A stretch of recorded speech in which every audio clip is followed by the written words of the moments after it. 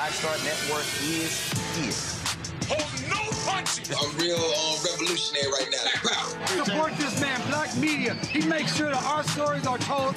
Thank you for being the voice of Black America, Roland. Stay black. I love y'all. All momentum we have now, we have to keep this going. The video looks phenomenal. See, there's a difference between Black Star Network and Black-owned media and something like CNN. You can't be Black-owned media and be scared. It's time to be smart. Bring your eyeballs home. You dig?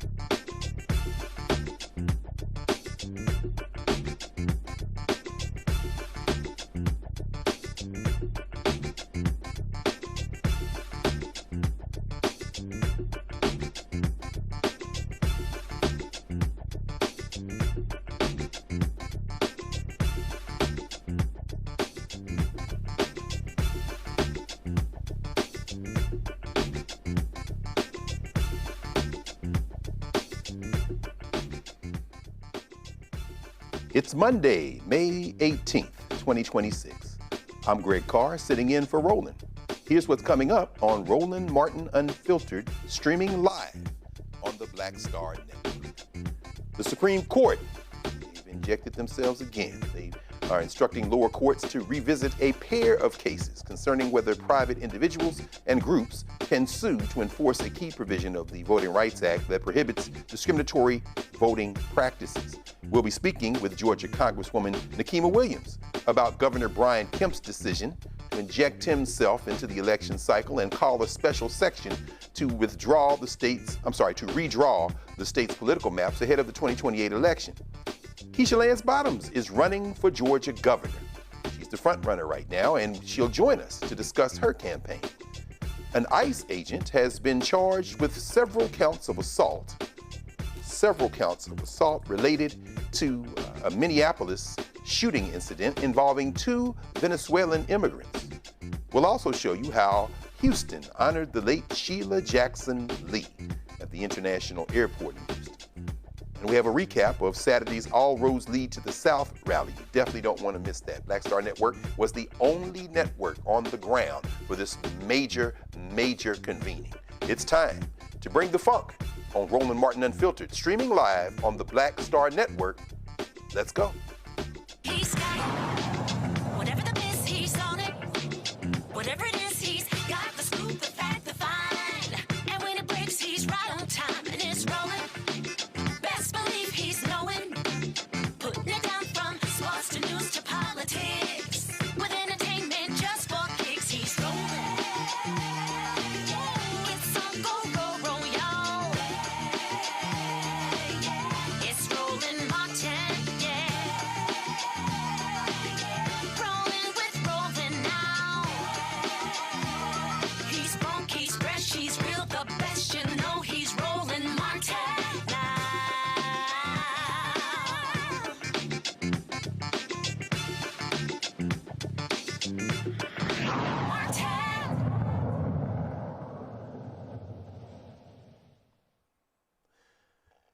Weeks after further weakening the Voting Rights Act in the absurd Louisiana versus Calais decision, the Supreme Court declined to address a legal question that could significantly limit the enforcement of the law's remaining protections for minority voters. In an unsigned order on Monday, the court announced that it is sending cases involving state legislative maps from Mississippi and North Dakota back to lower courts for consideration, taking into account its recent ruling, as I said, in Louisiana versus Calais. The landmark decision issued in April weakened the Voting Rights Act's protections against racial discrimination and redistricting, reigniting the congressional gerrymandering battle that began during Trump's presidency and potentially affected the upcoming 2026 midterm elections, which could help the Republicans regain control, or maintain rather control, of the House of Representatives. In the redistricting cases from Mississippi and North Carolina, Republican officials have advanced a novel argument, one that indeed flies in the face of decades of federal judicial opinion making, including the Supreme Court. Here's their argument: that private individuals and groups lack the right to sue under Section 2 of the Voting Rights Act, and that only the U.S. Attorney General may do so. Section 2 of the Voting Rights Act has primarily been enforced through lawsuits filed by voters and advocacy groups, which have brought hundreds of challenges over the decades to voting district maps and other election-related procedures. The Supreme Court's decision not to take up the question of what is known as a, quote, private right of action, end quote, under Section 2, received pushback from Justice Ketanji Onyeka Brown Jackson. She did, in fact, write separately, as she's been doing quite consistently over the arc of the last several months, with a particular foil being Justice Sam Alito, a nasty piece of work, white nationalist. In Justice Jackson's dissenting opinion on Monday's order, she pointed out that the court's ruling in the Calais case does not address the enforceability of Section 2 by private individuals and groups. So we're going to explore this, looking at the opinion now.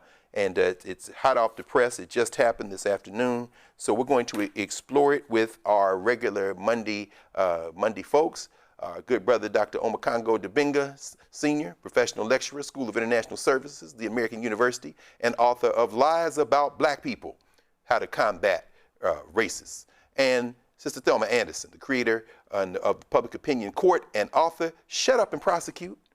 Also, we've got Brother Scott Bolden, yes indeed, attorney and News Nation political contributor out of Washington, D.C., and fresh out of commencement on Sunday at Morehouse. I watched the whole thing. Brother Chris Paul gave a hell of a speech, and y'all got a bunch of those young men out again. Congratulations again on that. The largest class in the history of Morehouse, 582, brother. I'm sorry, I had to jump in. Really? That was I heard that, man. Looks like the new president is doing quite well, man. Y'all look good out there. And congratulations to Dean Lawrence Carter as well. With the president. Only challenge with the president, he's an Omega. But you know what? I voted for him. Hey, man, you know we can't be mad at him. And also, congratulations to our brother and elder, the great Dean Lawrence Carter. I can't believe that he's trying to retire. I do not believe that Dean Carter is not going to be around that campus every day. So, Scott, I told him on stage that he wasn't retiring. He kept trying to convince me that he was. I said, you ain't going away. You're just going to do something else. There's no question about it. I mean, he can't spell it. So I'm saying that's one word as an academic. Yeah, I know Chicago know what I'm talking about. These Negroes can't spell retire, man. So let's but Scott, let's start with you, brother. What do you make of these two rulings that came down today? Well, you know, I keep telling my Republican friends that you're changing these laws to make it harder for black people to vote in southern states primarily. They've gutted Article 2, they gutted Article 5. The Chief Justice has never liked either one of them because they believe that we live in a colorblind society, and the Michael Jacksons and the Jesse Jacksons and Ketanji and Bob Johnson and Michael Jordan make the difference, and therefore. Well, obviously that's not the case, but when they overstep their bounds, I said the Democrats are coming because your White House is creating an environment where we're gonna have elections in 2026. We're gonna have elections in 2028 unless the White House cancels them, and I keep on and praying that they won't. But that the Democrats can not only the pendulum swings, the political pendulum, and many of the acts that they've occurred, like you can redistrict for political purposes, but not racial purposes. Well, the Democrats will be able to do the same thing when they get in the majority, and that's coming. Unless Republicans think that the Democrats are never going to be in a majority again. And so they're really hurting their own case here, short-term gain, not long-term fulfillment. And with that in mind, it's a race to the bottom regarding these redistricting seats and what have you. But at the same time, it really does directly hurt Republicans and Democrats. Democrats now, Republicans later. Yes, sir. Yes, sir. Thelma, your thoughts on this? You down there in Texas, they may have overreached trying to get these new seats with this redistricting. But there's one case here, of course, the Dakota case is indigenous people, Native Americans, and they were just saying you diminished our ability, and the courts approved that new map, and here they've interfered. And then there's Mississippi, where we saw, of course, they weren't even asking for this relief. Your thoughts on these two cases? It shows how untouched and how ignorant this particular Supreme Court is in doing what they are told to do for political purposes. When you look at the rulings from the lower courts, they stated that this was racial gerrymandering for the most part. And why would you send it back to the lower court after they've already made a decision that it's race on its face? So it shows a bunch of, I would say it's not cohesive. They don't have a cohesive plan. And when you don't have a cohesive plan and when you're only one dimensional, they are tunnel vision on us. They're not tunnel vision to widen their vision to see the actual law, because they don't care about the law. Because when you don't care about the law, because you have the power, you have the numbers, you don't have to care about the law. But the short-term gain for them is more beneficial for them. But the long-term gain, they're not paying attention to that, because what I've seen, even in Louisiana, when we have this ignorant governor, we have individuals showing up in bipartisan in the masses to do a massive recall on Jeff Crow Landry. That's what we call him. So I think it's not, they're not seeing the effects, but we're seeing it on the grounds when the people who said, we put you in that office, we can take you out. Yes, indeed. Yes, indeed. I tell you, Dr. Omokongo, just looking at this and listening to Attorney Anderson, of course, it's absolutely right. The overreach is insane. Just as we were coming on the air, the news dropped about a couple hours ago, I guess earlier today, that they're trying to create a $1.8 billion, $1.776 billion slush fund, the Justice Department, to pay these January 6 rioters and others. But I'm thinking about this in the context of your work, on how to combat racism. And, just thinking about this, Jamie Raskin called it a slush fund. I heard him earlier on Democracy Now! Are they just, at this point, your colleague, of course, at American over there at the law school, are they overreaching now to the point where this is going to be diminishing returns, as Scott said? What's your opinion on these decisions and where it fits in the landscape? Well, I think when we talk about, combating racists and combating racist stereotypes and why our work matters, it's important to call a thing. While so many people are calling this a slush fund and the like, we should also call it reparations. It is reparations for these white insurrectionists. That's exactly what Trump is trying to do. It's what he's always been wanting to do. And now he's created the means to do that. And so one of the things we have to be mindful of is calling a thing a thing. And this is all connected. We're literally sitting here talking about the man who runs the government taking one department he's in charge of and suing the other department that he's in charge of, and they say, oh, no, I'll just take almost $2 billion to do what I want with it. And most people, the Republicans, of course, are not saying a thing. Many of these news outlets are barely saying a thing about it. So we have to be mindful of it. And then when you wrap it around back to this case as it relates to the Supreme Court, it's like Justice Ketanji Brown Jackson was saying, it's like we should have, just resolved this case so that there's no ambiguity. And as one of our dear colleagues here, Thelma, likes to say, they're literally just playing in our faces. And in addition to their ignorance and their hypocrisy, they're also just feeling like they can do whatever they want, whenever they want. And the Trump administration is doing the same thing as well. My God, it's true, man. That actually, that's a profound way to read that, brother. Calling the thing a thing by calling it reparations for these racists, particularly those who attack the government. I think that's something you need to write about, brother. That's very that's very powerful. Yes, sir. This is Roland Martin Unfiltered on the Black Star Network, and we will be right back.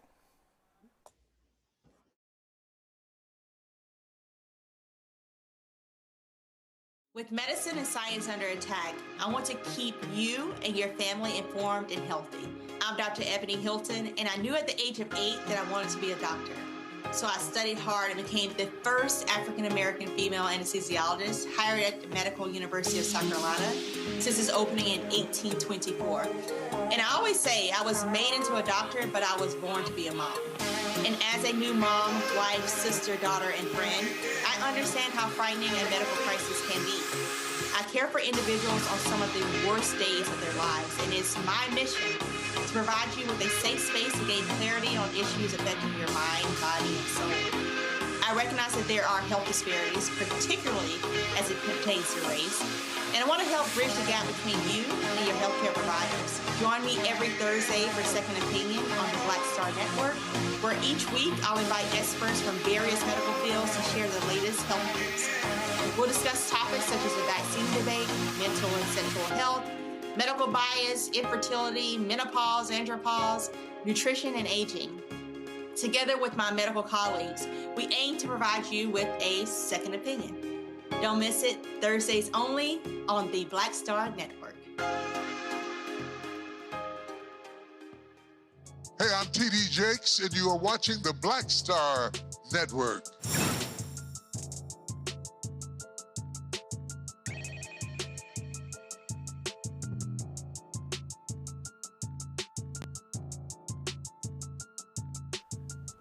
Over the weekend, thousands gathered for the All Roads Lead to the South rally in Alabama. It's quite something seeing folk come from Selma to Montgomery, and a lot of us were watching virtually. The day began, as I said, Saturday morning with hundreds gathering in Selma for a day of prayer, speeches, and demonstrations focused on voting rights and political representation. More than 60 years after Bloody Sunday, folks gathered at a historic Tabernacle Baptist Church before marching across the Edmund Pettus Bridge. Now what we're about to see is a recap of what happened when All Roads Lead to the South. And again, kudos to the entire Black Star Network team, which not only was the only media on the ground to cover from pillar to post, but also lent footage to everybody else. So if you see some footage from this, it's coming from the Black Star Network. Again, another reason we have to support the network. Let's watch together.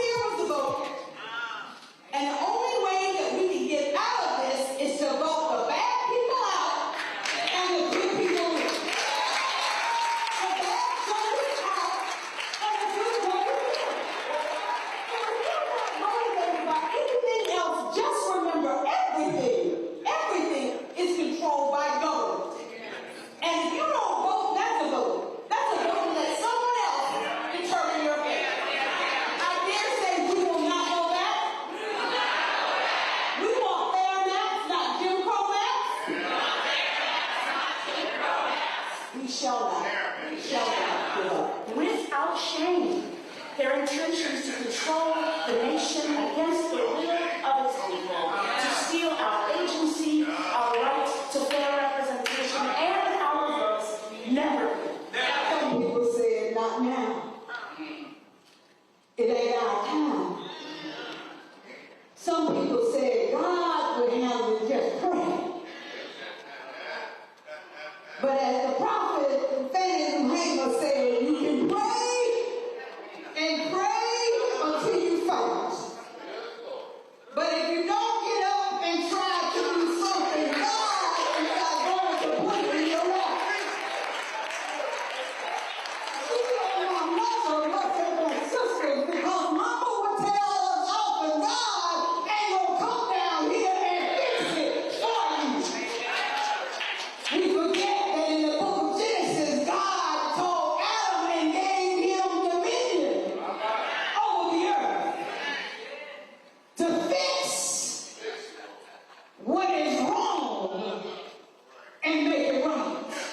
So God, we commit to do justice, love mercy, and walk humbly with you. We commit to stand 10 toes down against the forces of oppression and otherwise, because we, like your son, have been anointed to preach good news to the poor, to set the captives free, to heal those who are broken, to open the eyes of the blind, to lead the downtrodden, and proclaim the year of economic justice. And so we ask all of this in the matchless name of your son.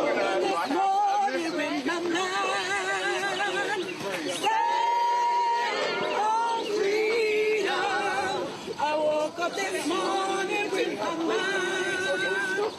Stand on freedom. All roads lead to the south. You were with us earlier when we were inside the Tabernacle Baptist Church, which was one of the key organizing spaces here in Selma. Now we are with clergy, activists, organizers, and folks who have come out as part of a massive mobilization in response to the nationwide attacks on voting rights and black representation. All of this is a result of the Supreme Court's Louisiana versus Calais decision that completely is decimating black political power all across the South. Republicans in Alabama, this state, in Mississippi, in Tennessee, in Florida, all across South Carolina, North Carolina already gerrymandered, Missouri already wiped out a black seat, Congressman Emanuel Cleaver. Of course, this all started when Donald Trump asked Republicans in Texas to get him 5 seats, wiped out 2 black seats in that state. What we are looking at is likely going to be the largest disenfranchisement of black political power since the period of Reconstruction. And so what we have to understand that the only way to respond to what these right-wing conservatives are doing is to have the largest black voter registration we've seen since the 1965 Voting Rights Act. Let's get people engaged. Get them out to vote. Vote like your life depends on it, because it does. Well, first of all, This is about the future of America, period. Because there is no democracy for some and not for others. We have echoes now of the post-Reconstruction period, where they are drawing maps with surgical precision, just like they did in other games in the post-Reconstruction period, to deny blacks the right to vote. That is a true hit to our democracy, and it's a further decline of our freedoms. So I owe a debt. I'm a descendant of a slave that's now serving in the Senate. I owe a debt. There are martyrs of the movement. The ground we walk on was watered with the tears and blood of our ancestors. This is a question. What will we do in our time to match their courage and match their strength? And one thing I know to be true is that when we do not have a seat at the table, we are on the menu. Suppress the votes, redraw the maps, dismantle the law. That's their entire playbook. They keep running the same play because they don't have another one. I have to believe that the American people can be smarter than that. They haven't proven themselves yet, but they have to get smarter because they are picking your pockets by telling you to look at us. Did you hear what I said? I said fuck decorum. Because decorum is erasure with a gavel. Be quiet, be small, be orderly while they destroy you. And if you dare raise your voice, you're out of order. Not the harm, not the policy, but you. Let's stop pretending that this is about Democrats and Republicans, because it's not. Say it plainly. Ron DeSantis decided to arrest me. Say shame, shame, shame, shame. Ron DeSantis decided to arrest me because I wanted to schedule a meeting with him about him deciding to draw unconstitutional and illegal maps. Say shame, shame, shame, shame. The problem is politicians should not be deciding who their voters are. The voters should be choosing their representatives. And I'm going to end on this note. It is our duty to fight for our freedom. It is our duty to win. We must love and protect one another. We have nothing to lose but our chains. And all these red hats you see represent the organizers that have led us to this moment in our state. I am a daughter of the South.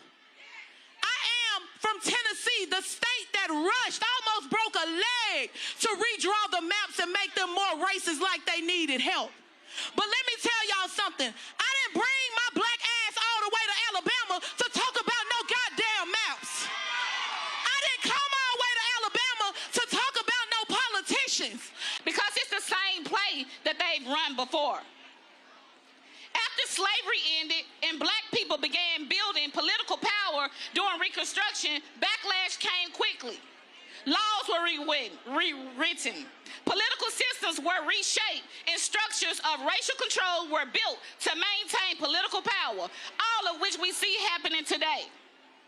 I need us to be honest with ourselves for a minute because many of us, those systems never disappeared. Dictator known as President Donald Trump thought he could silence us. We are here because they thought they could divide us into black and white, rich and poor, southern and northern. They thought they could stop a movement. You can rig a map, but you can't rig a movement. We are here because our ancestors marched on these streets, in these halls, in this building. Last week, we walked into the Tennessee Capitol in 2026, and when we walked out, it was pre-1965.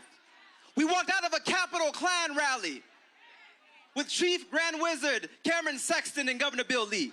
We stand in tradition to say that we're not going to let you stand in the doorways of our democracy. That we are sick and tired of being sick and tired. That they're waging war on black folks in the South. But we know how to stand up and fight back. That we come as the children of Fred Shuttlesworth and Diane Nash and John Lewis to say that if they come for one of us, they're coming for all of us. That we need a strategy of scorched earth, that we are going to fight these Confederates because we defeated them before and will defeat them today. It's about fair representation. I say fair, you say representation. Fair.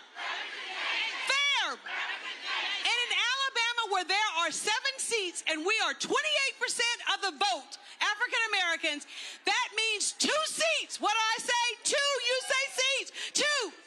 Seats. 2. Seats. And we will settle for nothing less. My father served in the state Senate here. In 1987, he had to go to jail for trying to remove the Confederate flag from this building behind me.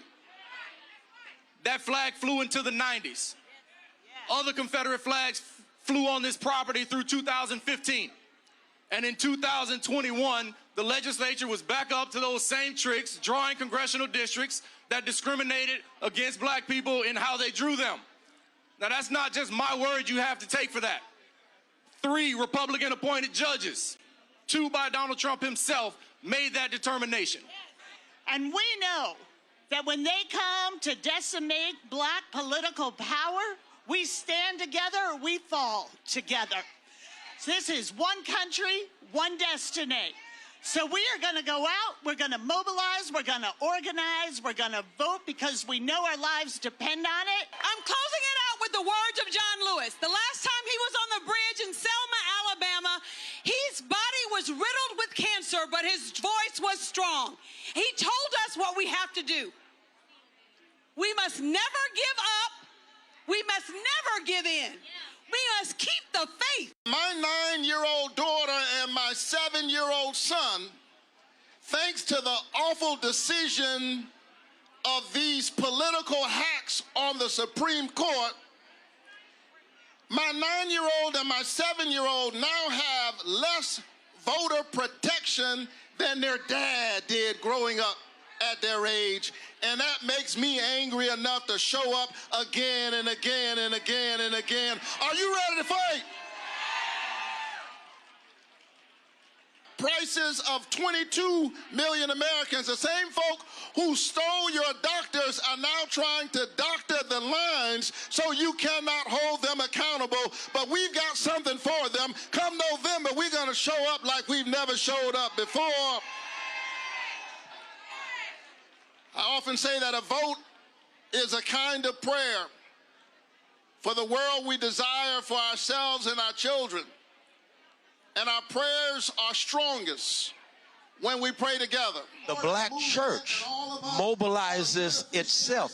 We got 70% in the black church. And so right now, because every Sunday we have a captive audience. My thing is, you're not a member of Friendship West if you don't have both a membership card and a voter registration card. There you go. We need to be running the city, running the county, running the school district, running the state. If we're not running on that level, then all of that back in the day was just talk.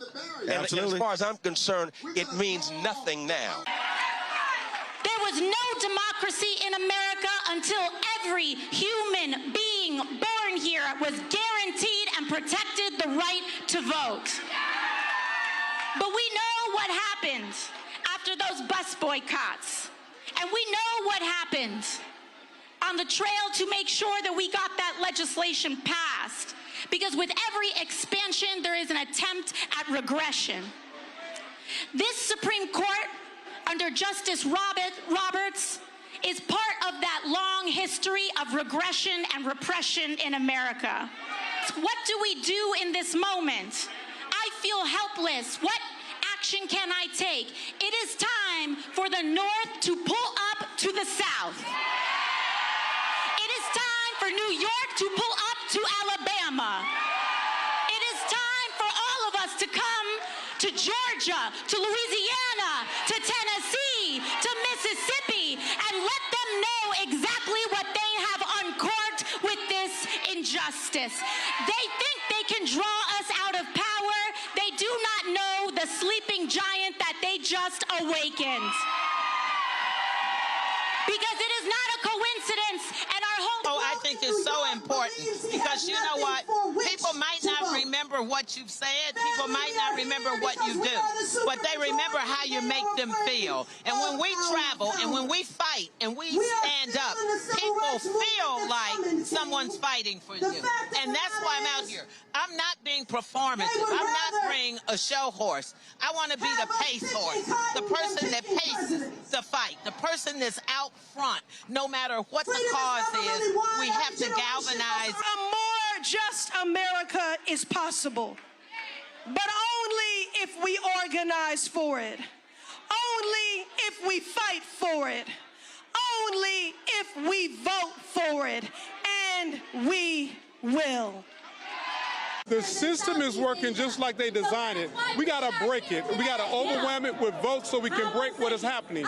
It's no coincidence that a Supreme Court decision will come down and the former Confederate states are reacting the way they are, starting with Tennessee, Louisiana, right here in Alabama, Mississippi, Florida, now Georgia, South Carolina. We are in a moment, it's an inflection point, where we have to move away from this big national conversation and get to local communities and organize in states. Because the fight is in those southern states, and the fight is where 55% of all black folks live. That's the former Confederate states. We need to come out, be outside, show our faces, be together.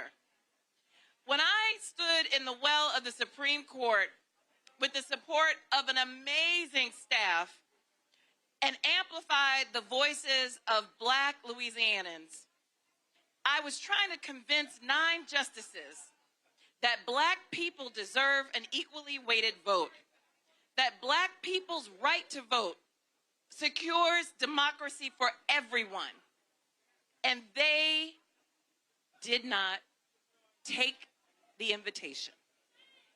We need state voting rights acts across the country, like we just got passed in the state of Maryland, and we introduced in Mississippi, Alabama, Louisiana. We need a revolution of democracy. Because our founder, 86 years ago, Thurgood Marshall, taught us one thing among many, and that is that this is our democracy. And I need folks to understand, cynicism is not a strategy. That is not a strategy. Matter of fact, it keeps you from seeing a sense of hope. It keeps you from seeing what you got in your hand, what you can work with. It keeps you from seeing yourself as of builders of the future. So what we want is we want young folks in particular to shift from seeing yourselves just as citizens of this nation and start seeing yourselves as architects of the next nation. When we come to protest, rally, or whatever you want to call them, I feel like this is an inflection point, right? I feel like a message was sent, many messages were sent. Some of the messages were sent to those who try to oppress us and try to gerrymander us, and it's a message to them that we're not having it. But I also feel like it was kind of a message for ourselves, because basically what we're saying is we back, y'all. And we out here. We in these streets, and we're going to be in these streets until we get the wins and the justice that we deserve. Is that if you have a black agenda, that means you are opposing those who are anti-black. And so for those of people who say, oh my goodness, this is a Democratic gathering, no, this wasn't about a D or R, a donkey or an elephant or red or blue. It was about a B, black. And so for those folks who have an anti-black agenda, that's who we are against. And so if you look at what's happening here, when you look at it, and here's the deal, the state is being taken down, the chairs are being down, litter's not going to be picked up. Now it's upon you. But we ain't got to go back that far. 2008, 2012, more black people by percentage voted for Obama than white Americans. The first time in American history that happened. And there's no coincidence that 2008 and 2012 led to Shelby v. Holder, because they were angry with that black turnout. And there's been an attack on black voters and black political power ever since then. Y'all should be able to say, go here, go here. First week, second week, third week, fourth week. So we got to be informing people, educating people, enlightening people, and connecting the dots, because the assault on black America is real. Tomorrow, on Tuesday, Malcolm X's birthday, 1 million black voters rising will hold a national kickoff call. You see the graphic there, 7:30 p.m. Eastern Time, virtual event. Supreme Court gutted the Voting Rights Act in a direct assault on black power, but black women are mobilizing and fighting back together. Black men are also mobilizing. Black people are mobilizing. Black women are leading tomorrow night, so make sure you take down that information and get that event link to participate in the call. And the following day in Mississippi, Mississippi's Day of Action will take place. That's Wednesday, the 20th, 10 a.m., beginning at 10 a.m. local time. And you see it there, this press conference following by the State of Voting Rights March, Rally for Our Representation, media briefing, and where do we go from here post-rally strategy session? Let's go back to our panel. I'm on, you know, as the young people, as the young people would say, Thelma, I'm not gonna lie. I'm gonna tell you who, I'm not gonna lie. I was fired up listening to the young sister Tequila Johnson out of the Equity Alliance. I am with her 10 toes down. I don't care about no goddamn maps. I'm not worried about, and what Latasha said, we have moved from citizenship to nation building. I'm ready to fight somebody right now. What any thoughts about what we just saw, Thelma? Can't hear you, sis. Hold up. Well, she's on mute. Maybe muted. Yes, ma'am. Yeah, I was. There we go. There we go. Yeah, because I know I hear you screaming, so I figure she must be on mute. Yeah, you know, I'm ready because I'm amped up because I love the disruptors that are coming to the front. We have an opportunity to amend or avenge our ancestors for all of the hard work, the blood, the sweat, equity that they put for us to have the rights that we have today. So to see so many of, I will call them millennials, that are coming to the front and taking up space in order for us to occupy and show solidarity and stand in spaces that are going to afford us the right to go and continue to push so that our rights are not continuing to be fluctuated or affected.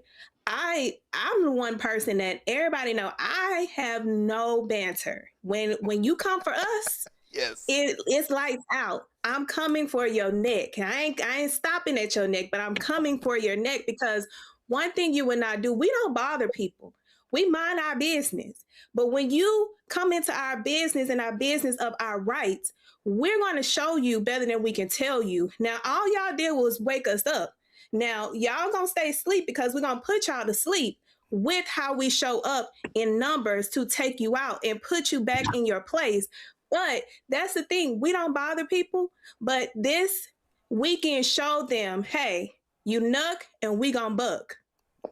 I'm telling you, woo, that's a word right there, Thelma. Thank you, sis. I tell you, Congo, man, it was very impressive because in less than a week's notice, man, they put this together and they had, as Thelma just said, intergenerational. You had a lot of representatives, and thank you, Carol, for sharing the lineup there, the run of show, because there were a couple of dozen state representatives there from the Alabama House, plaintiffs from Allen versus Milligan. The director of the Southern Poverty Law Center is there because, you know, they're under attack as well. Delegations from Georgia, Florida, Tennessee. Then a bunch of advocacy folks, people like Maya Wiley was there. We saw Janae Nelson there, who of course argued the Calais case before the Supreme Court, and she was there from the from the Legal Defense Fund, it'll basically be Legal Defense Fund. And it was so very impressive, brother. Your thoughts as not only a historian, but as a kind of cultural observer and commentator, what do you make of this convening, and how do you place this in the longer arc of our struggle?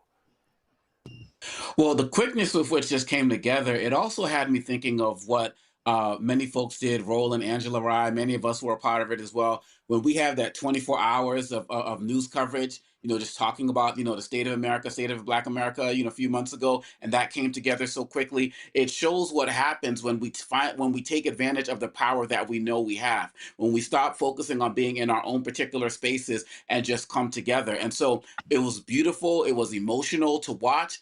And the thing that I left thinking historically is that it has to be sustained. Montgomery bus boycott was sustained. Freedom riders sustained. You know, we have to, as the late great Dr. Joe Madison said, we can't be focusing on just moments. We have to be focused on the movements because that's what sacrifice is all about. And so this has to be sustained. I also want to give a particular shout out to what Representative AOC said, because when you look at her presence there, Ayanna Presley's presence there, Cory Booker, she says something that's very important. This just can't be folks in the South showing up. This has to be a nationwide thing. So where are our other leaders from across the country? Because we know in this country, they always start with Black people first because they know that America is comfortable with Black people suffering. And then once they move on from that, they go to every other group. So like she said, now was the time for the rest of the country to pull up and show up so we can all go up. Indeed. Yes. Scott, you've seen a lot of these battles, brother. You've been in the middle of a lot of them. A lot of lawyers down there gathered on those steps at the Alabama State Capitol. And a lot of them your friends, and a lot of political operatives. We certainly heard the young people there. They ready to blow the whole thing up. And then on the other end of the spectrum, you got the folks who are doing the inside fight. You've been outside and inside. What do you make of this convening, and what strategically do you think, how do we need to come together in this coalition and to be the most effective we can be, brother? You know, there's a part of me, I agree with what everybody said.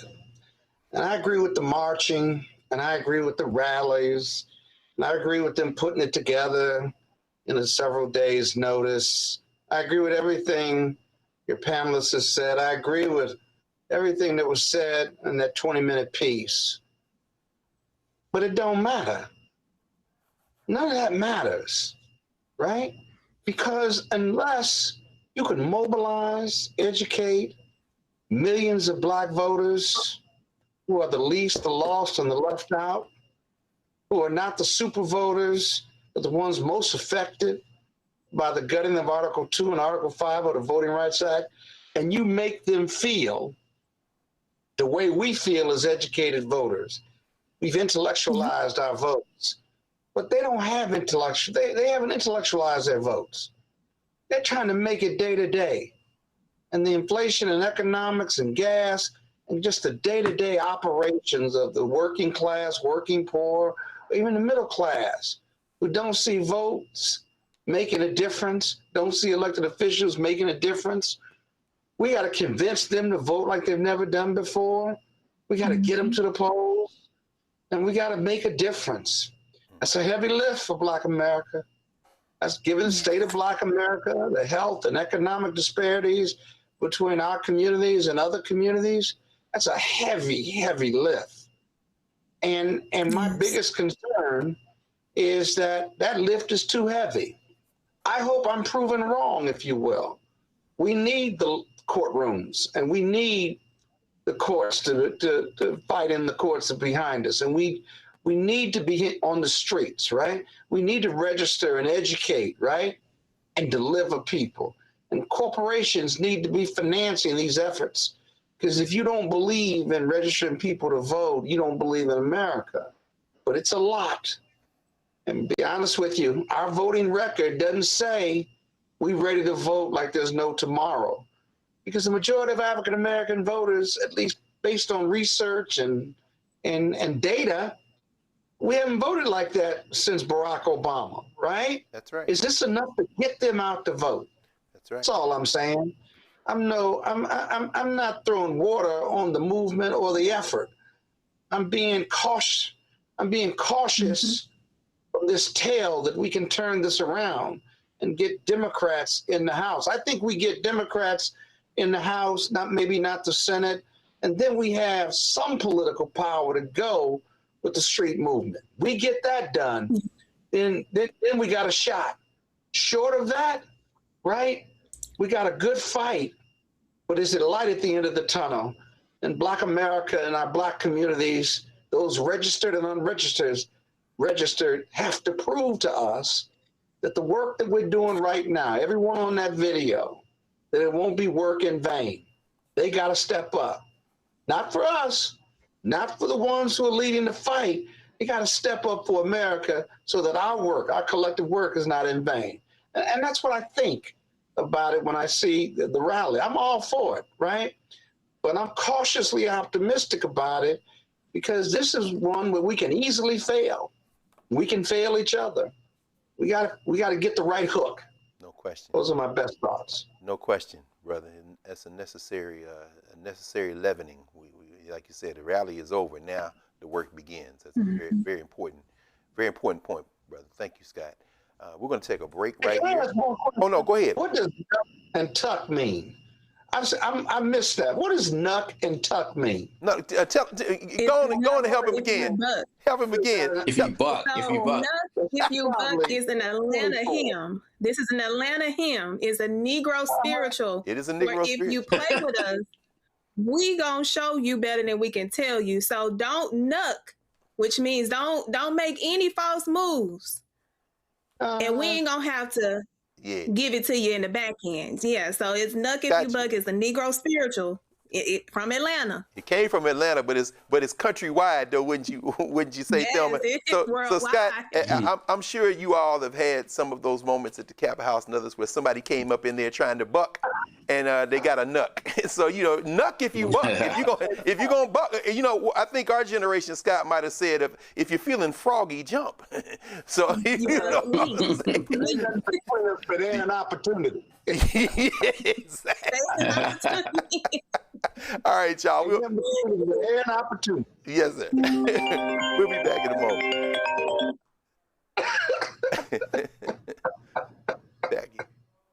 I'm Brittany Noble, Midwest-born, HBCU educated with experience in newsrooms across the country. Well, I've teamed up with Roland Martin to bring to you The Breakdown. This isn't just news. It's our stories, our voice, our community. Join me for The Breakdown, Monday through Friday at midday, only on the Black Star Network. How you doing? I'm Mark Curry, and you're watching the Black Star Network. That's why I got these glasses on, because that black star is bright.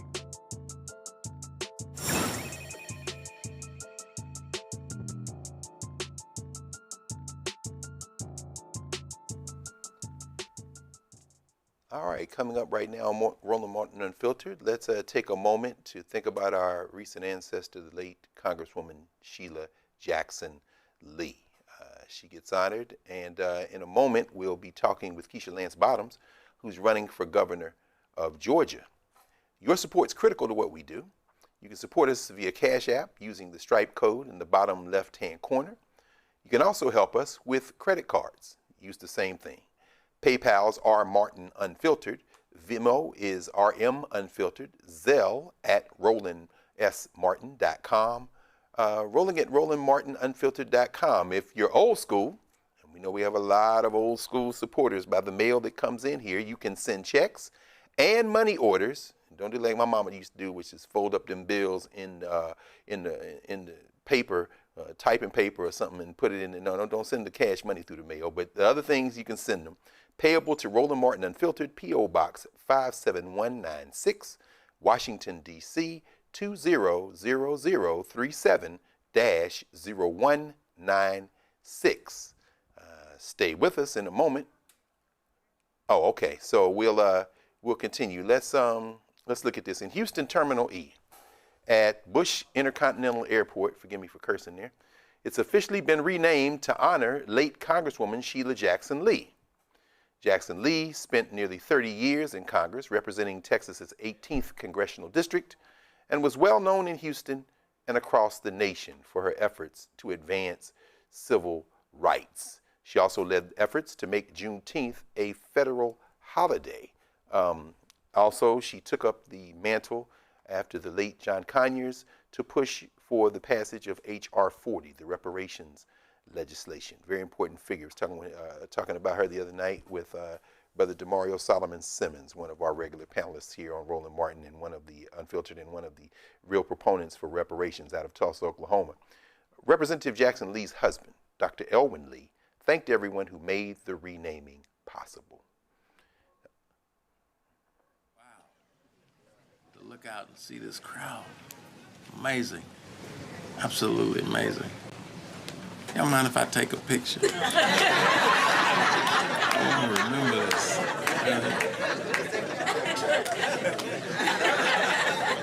Wow. What a crowd.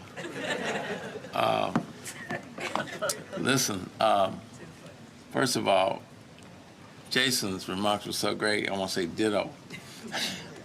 Just fabulous. It's tough following Jason. I don't get to speak often, so I don't usually have to do it.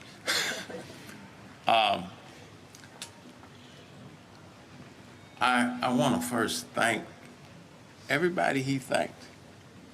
Okay, not to belabor the point, but the committee that put this on. First of all, I want to thank the mayor. Every time I see him, I thank him for proactively, wasn't our idea.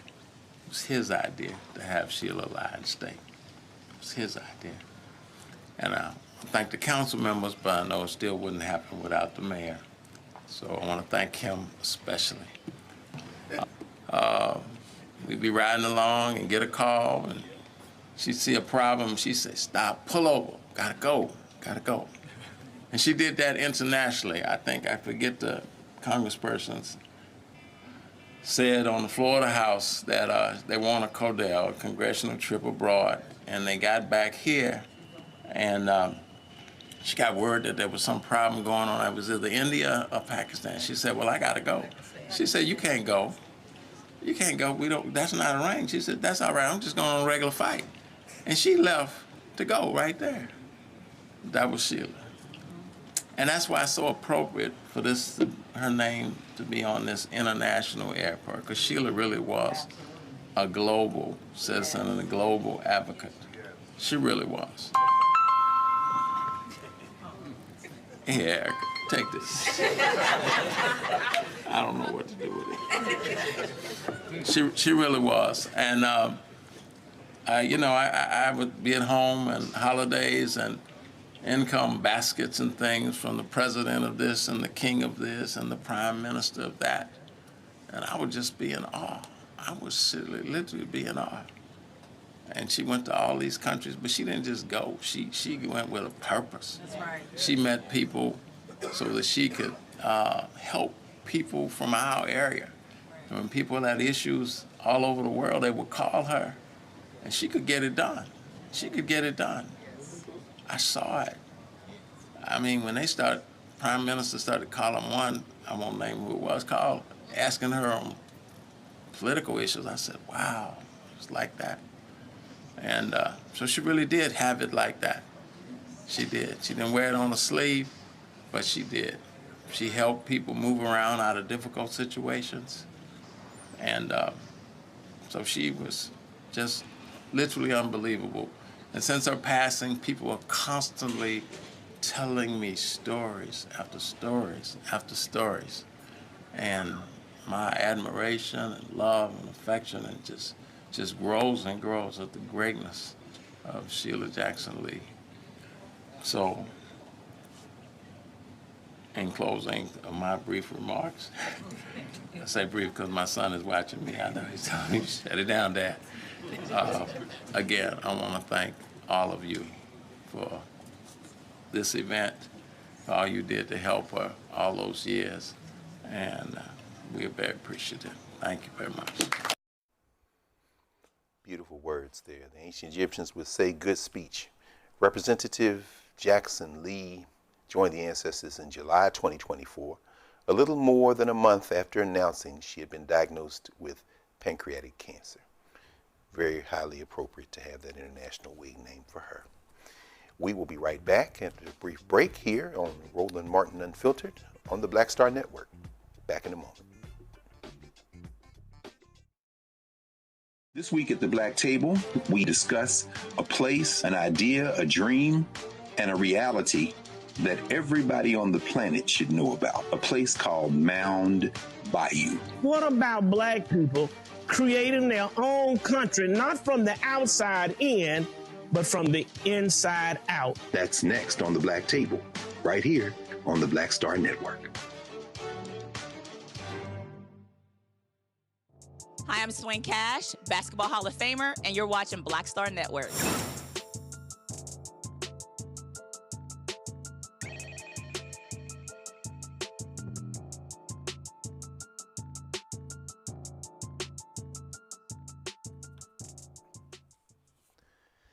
Welcome back to the Black Star Network. It's election time around the country, and the Peach State is no different. Former Atlanta Mayor Keisha Lance Bottoms is the front runner on the Democratic side of the Georgia governor's race. She already has her eyes and sights set on the November election. Her competitors, of course, in Tuesday's Democratic primary hope she won't get enough votes to avoid a runoff in June. If she clinches the primary, she'll have to face one of these Republicans. You see them there, a bunch of money being shoveled in on the Republican side. And we are very happy that she joins us now, Keisha Lance Bottoms. Welcome to Roland Martin Unfiltered. Sister Keisha, how you doing? I'm doing great. Thank you so much for having me. Always, always. Saw a picture of you walking to the polls there, accompanied by two strapping, fine young men. I'm assuming those are two of your boys taking you to the polls. One belongs to me, and one I is part of our extended family. So it's Yes. my son and his best friend Zayden, and you know how that is when you have 4 kids. Everybody else's kids are yours too. Listen, I know that's right, and you've been doing that for a long time. It's good to see you face to face. We talked a couple of weeks ago on Sirius XM, Urban View Mornings. We talked about your new memoir, of course. You up that rough side of the mountain, and if y'all haven't read the book, you absolutely need to do it. But we are in the middle of the election battle. Give us an update. Well, what's the lay of the land now? Early voting's over. Election day's tomorrow. Where are we in the process? So it's been very encouraging to see that we've already passed early voting record numbers for turnout. Early voting ended on Friday, and as you know, that's in spite of all the obstacles that have been put in the way, from removing drop boxes to reducing the time of early voting, to reducing the number of weekends that people can early vote, et cetera. And what I feel on the ground is that people are realizing the power of their votes, that their voices are reflected through their votes. So it's just been this very quiet determination, steady drumbeat of people showing up to vote. We're going to see what happens on the election day tomorrow. But it's most encouraging in the state because, as you may recall, back in November, we flipped 2 statewide seats, Public Service Commission seats, one electing an African-American woman. First time that's happened in this state in a very long time. So I'm encouraged. We've been moving around the state. We were in Statesboro, Waycross, Valdosta, Columbus, Macon, Augusta, Albany, Gay, Georgia, and I'm sure I'm forgetting some places, but it's been great to be on the road, and just, we're excited about tomorrow. It is quite striking, Madam Mayor. I mean, looking at, as you say, the numbers, 57% of the ballots cast so far have been in Democratic primary, just reading from the Times article I was mentioning.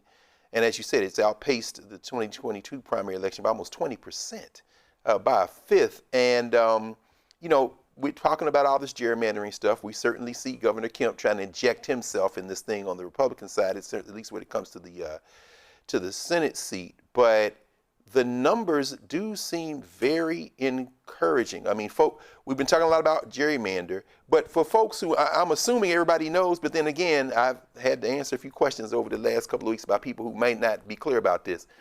You mentioned the Public Service Commission there. This is not, gerrymander doesn't affect this race, right? This is a statewide race. Why are you optimistic that this continued surge, this surge that we see in Georgia, is really going to continue the momentum that we saw with Stacey Abrams, for example, in 2018, when she came very close? And how encouraged are you by these early numbers, and what does that tell you about this kind of energy that is coursing through the South, but certainly there in Georgia? Well, I'm encouraged because, of course, we want the momentum going into November. It is our hope and our prayer that we make it through tomorrow without a runoff. I was flipping online, scrolling online at our local newspaper. I see that the billionaire Rick Jackson's running ads against me. So he's already said he's going to put everything he has to try and stop me. So we don't want Republicans to have the opportunity to interfere in our primary. And then we've got to be as strong as possible going into November. So the earlier we consolidate, the better for all of us on the Democratic side. And just as it relates to even these maps, there are a lot of people who don't understand the technicalities of what's happening with these maps across the country. My daughter said to me, my 15-year-old daughter, that she didn't understand everything that was happening. And I said, well, if you don't understand it, a lot of people don't. So, we've tried to talk to people in the most basic terms as possible so they will understand what it means for their day-to-day lives.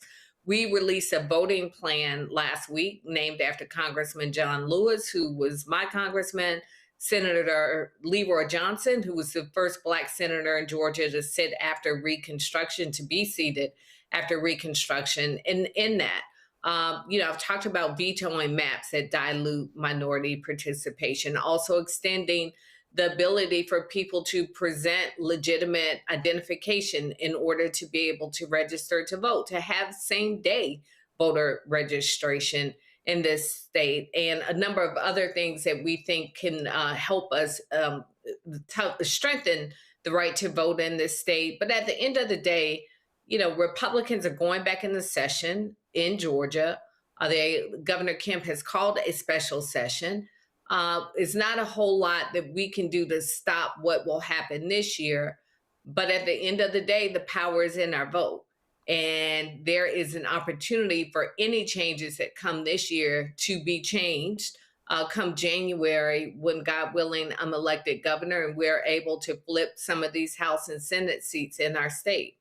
Yes, ma'am. Turnout so critical to that.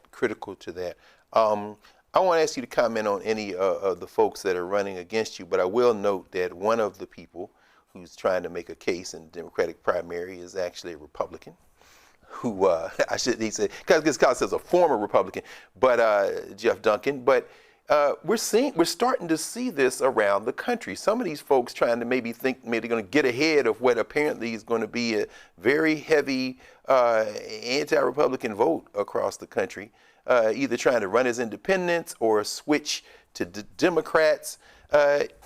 Is that a strategy that you think is going to be a winning strategy as people are trying to avoid what might be a wipeout across the country? We say that we are the party, a big tent party, but it doesn't mean that you now need to come over and lead us. Right. Many of us are lifelong Democrats, myself included. So because you got kicked out of your party, you now believe that you can lead and should lead our party. The voters will make their own decisions on that. But especially when you were part of the party that's responsible for so many of the things that we're running against right now. Yes, there were Republicans in this state who would not expand Medicaid in this state. Republicans in this state changed our access to voting rights. Republicans in this state created the 6-week abortion ban in this state. So, welcome to the cookout, but I don't need you to man the grill right now. Oh, as young people say, that's a bar.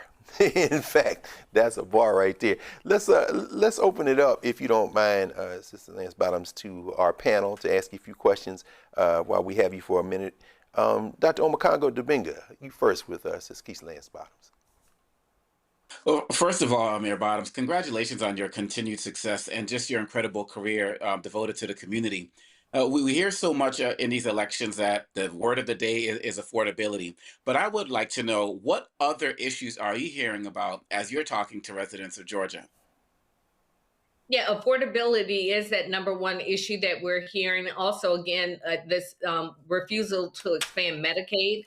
In the state, 9 rural hospitals have closed in Georgia. So people are really facing a lot of challenges related to access to healthcare. Even when I was in Augusta yesterday, there are plans to roll back some of the beds at one of the bases in Augusta. So that's top of mind. Something I'm hearing from young people quite a bit, access to mental health services or lack thereof. Mm-hmm. Many young people are very cognizant and comfortable talking about their challenges with mental health and saying, I'm not okay. The slogan, it's okay not to be okay. They're asking about that. How can I access mental health services for myself? How can I do it for family members? So, and literacy, that's another issue. Quality schools in this state. And just support for caregivers. That comes up quite a bit as well, with so many people in the sandwich generation caring for younger kids, caring for aging parents, and not having access to support services that can make things a bit easier for them is another issue that comes up quite a bit. Thank you, Omekongo. Sister Thelma Anderson, please, with Keisha Lance Bottoms. Any questions? Good evening, Mayor Bottoms. I'm super excited to be able to ask you a question because let me tell you, I was in them comments fighting for my life making sure people don't come for you last week because I had to get them together and I got them together. But I wanted to ask you specifically, we're talking about community and the issues that individuals are facing, especially the voters, with affordability, school, mental health, safety, elderly. After being mayor of Atlanta and then going to Washington, what made you decide, based on the frustration of your community, to run for governor? Because we know that when it comes to African-American women, they think this is a big feat for us because they don't want us to be in power. But what made you become selfless in saying, I want to run for governor, I want to be the change maker, I want to show my community that we can get back on track? Thank you so much for your question, and thank you for going to bat for me. I really appreciate you. Thank you. And I've said I don't mind the criticism, but don't lie on my name. I do mind the lie, so I appreciate your helping to straighten the record out. For me, it really was about the day after the presidential election and praying about what I would be called to do in this season. And I was just looking in my journal this morning at some notes that I had written November 24, where I asked God for guidance on what I would do in this season. Did I need to go back into elected office to make a difference? Could I continue to be comfortable, or was I called to step back into the ring? And obviously the answer was that I was called to step back into the ring. I know what it's like to have to stand up and fight against this administration. I know how important leadership is in tough times. So that's the reason I'm back in the ring. Life was comfortable in many ways after I left the White House and had entered the private sector. But I want to be able to look my family and my community in the eyes and say, in this moment, I did everything I possibly knew to do to try and make a difference in the fight on behalf of the people who often don't have a voice. And that's why I'm running. Absolutely. Thank you. Thank you, Thelma. And for those who want to read more about how you really work through this with your family community, I really do encourage you all to get the rough side of the mountain because you're very open and candid about how you've worked through those politics. I'm deeply appreciative. Brother Bolden, Scott Bolden with Keisha Lance Bottoms, please. Hey, Mayor Bottoms. Good to see you and talk with you. I have to declare that I'm a contributor to her campaign more than once, and will probably contribute again. And I'll claim that the Democratic primary will be yours, at least as a political prognosticator. But my question is, once you get the Democratic nomination, Georgia is still seen as a red state. You're going to be running against a Republican. It's been decades since there was a Democratic governor of Georgia. And so can you talk about the three things that make you believe and your team believe that you can win this gubernatorial race against a Republican nominee that arguably will be running in a reddish purple state? How's that? I'll say that. Yeah. Well, thank you, Scott.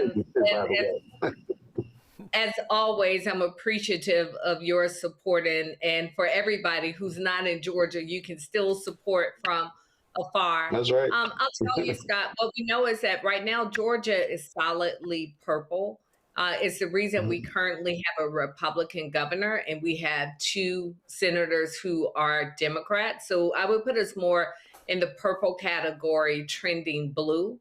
I mentioned the encouraging election results from last November, where we elected 2 Democrats statewide for the Public Service Commission. That's usually a race that doesn't get a lot of attention. There was a huge turnout then. And it goes without saying, I know that I am the best candidate. But my personal credentials aside, we're looking at the data and we're looking at the way the state is trending. It's the reason that Republicans have gone into overtime to try and curb out access to the right to vote. We know that when we're seeing record turnout across the country, we've already seen it in Georgia for early voting, that we can anticipate that really is an indication of things to come. Donald Trump's a great motivator for people, not just on the Republican side, but also on the Democratic side. People realize what's at stake when he's in the White House, and it tends to up our turnout on the Democratic side. So you want Donald Trump to come campaign in October and November of this year in your gubernatorial race. Does that help you or hurt you, in your opinion? Well, he's already here. He is already running okay. that he filmed in the Oval Office supporting Lieutenant Governor Burt Jones. So for those who may not be aware, on the Republican side, Burt Jones is the sitting lieutenant governor, election denier, all the things that Trump loves. He was the presumptive nominee until this guy, this billionaire, Rick Jackson, came out of nowhere, got in, and it really has upended the primary on the Republican side. So they are now battling it out for Trump's favor and words of affirmation. But Trump's already given it to Burt Jones. All of his ads are featuring Donald Trump and how he's already endorsed him. So his presence is already here. Okay, I got you. All the best. Thank you, Scott. Appreciate you. Madam Mayor, you should celebrate with us tomorrow too. No, that's right. I just left Atlanta. I was down there for a week with Morehouse's graduation and some board work we were doing. But I got folks, me and Tiffany, for you in D.C. That's all right. Madam Mayor, bright and early, the polls open in the morning. Any last words for those who are out there who are registered to vote and who didn't early vote and who need to get off that couch, who are watching tonight? Any last word for those folks who are getting ready for tomorrow? For all of us in Georgia, we should be reminded the difference that this state made in the country. We call ourselves the cradle of the civil rights movement in America, and the movement is now upon our generation. We thought so many of these battles had been fought and won, and here they are at our doorsteps again. So I just ask people, don't give up on this democracy. And a huge part of that is showing up to vote, casting your vote. I am not a perfect candidate. I am not a perfect person, but I can tell you I'm going to get up each and every day fighting on behalf of our communities and people across this state. And I hope that matters to people, especially at this time when so many people are experiencing financial hardships, experiencing uncertainty just about the future in general. There's an opportunity for us to try and right many of these wrongs. And I just ask for people to support me as I try and lead the effort on behalf of people across this state to do that. Indeed. Everybody get there and vote. I tell you, Madam Mayor, according to the Christians, there was only one who was perfect, and even he had that moment of doubt up there at Golgotha. So let's just be crystal clear about that. I don't trust no politician to say that they're perfect. So Keisha Lance Bottoms, 60th Mayor of Atlanta, one-time judge, attorney, public servant at every level of government, and running to be the governor of her home state of Georgia. Thank you for joining us tonight on Black Star Network. Thank you for having me. Yes, ma'am. We'll be back at a moment here at the Black Star Network, and we'll continue. With medicine and science under attack, I want to keep you and your family informed and healthy. I'm Dr. Ebony Hilton, and I knew at the age of 8 that I wanted to be a doctor. So I studied hard and became the first African-American female anesthesiologist hired at the Medical University of South Carolina since its opening in 1824. And I always say I was made into a doctor, but I was born to be a mom. And as a new mom, wife, sister, daughter, and friend, I understand how frightening a medical crisis can be. I care for individuals on some of the worst days of their lives, and it's my mission to provide you with a safe space to gain clarity on issues affecting your mind, body, and soul. I recognize that there are health disparities, particularly as it pertains to race, and I want to help bridge the gap between you and your healthcare providers. Join me every Thursday for Second Opinion on the Black Star Network, where each week I'll invite experts from various medical fields to share the latest health news. We'll discuss topics such as the vaccine debate, mental and sexual health, medical bias, infertility, menopause, andropause, nutrition, and aging. Together with my medical colleagues, we aim to provide you with a second opinion. Don't miss it, Thursdays only on the Black Star Network. What's up? It's Talib Kweli. I'm CEO. This is the Black Star Network.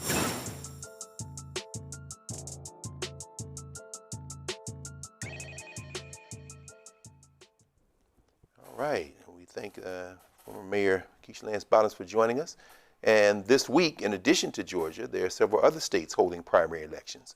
We just discussed, as we just heard, Georgia's gubernatorial race, but there are other important races to watch as well.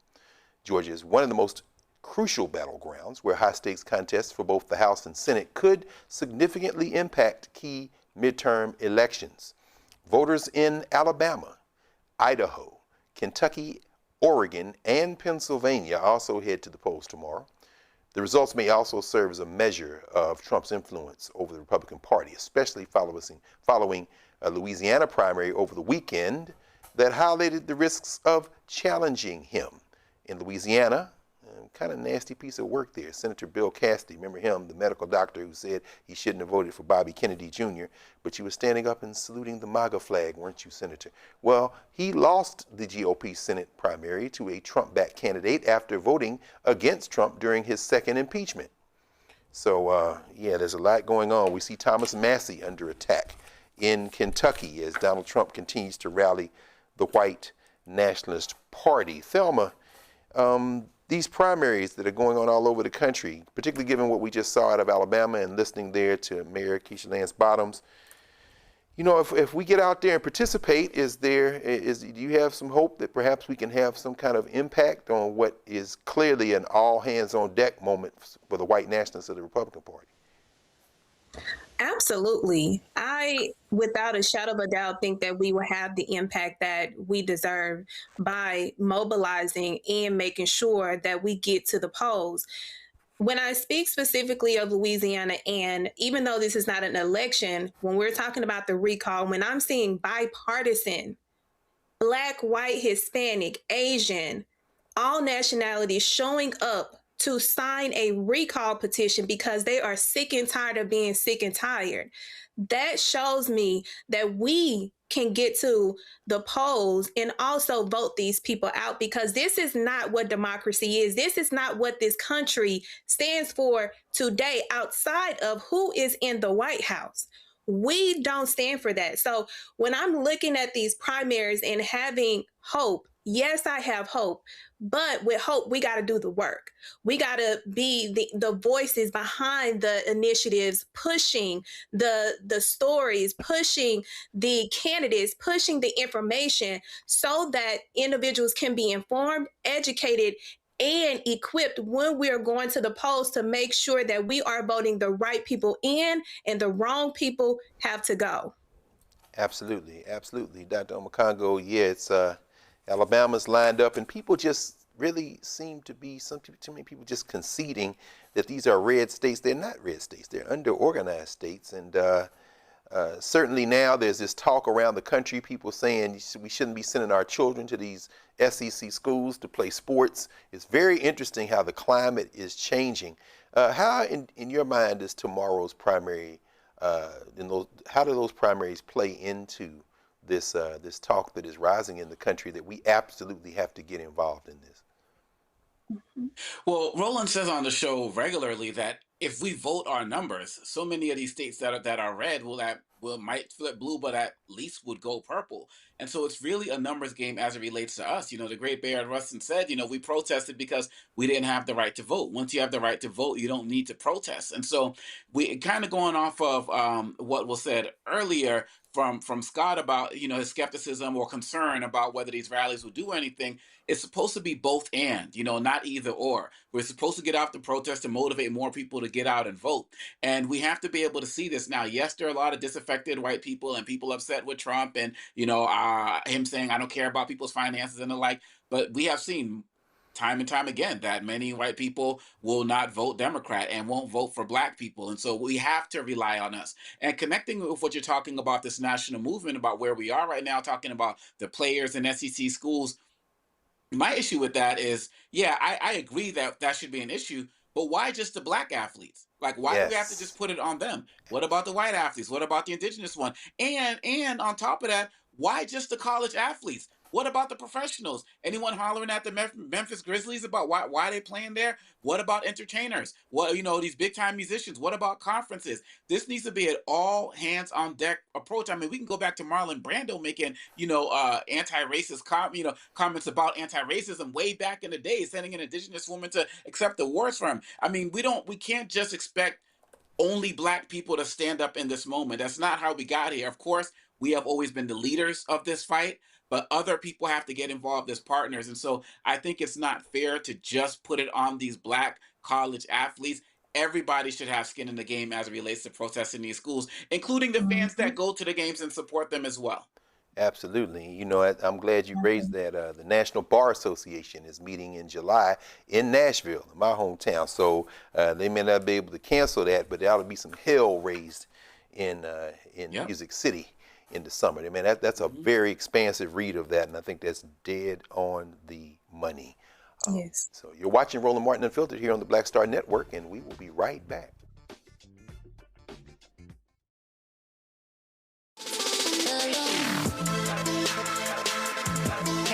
Welcome to The Other Side of Change, only on the Black Star Network and hosted by myself, Rhea Baker, and my good sis, Jamira Burley. We are just two millennial women tackling everything at the intersection of politics, gender, and pop culture. And we don't just settle for commentary. This is about solution-driven dialogue to get us to the world as it could be and not just as it is. Watch us on the Black Star Network, so tune in to The Other Side of Change.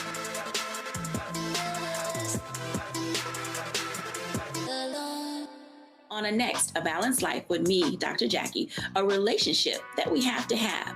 We're often afraid of it and don't like to talk about it. That's right, we're talking about our relationship with money. And here's the thing, our relationship with money oftentimes determines whether we have it or not. Balancing your relationship with your pocketbook, that's next on A Balanced Life with me, Dr. Jackie, here at Black Star Network. I'm Brittany Noble, Midwest-born, HBCU educated with experience in newsrooms across the country. I've teamed up with Roland Martin to bring to you The Breakdown. This isn't just news. It's our stories, our voice, our community. Join me for The Breakdown, Monday through Friday at midday, only on the Black Star Network. I'm Ryan Wilson, CEO and co-founder of The Gathering Spot, and you're watching Roland Martin Unfiltered on the Black Star Network.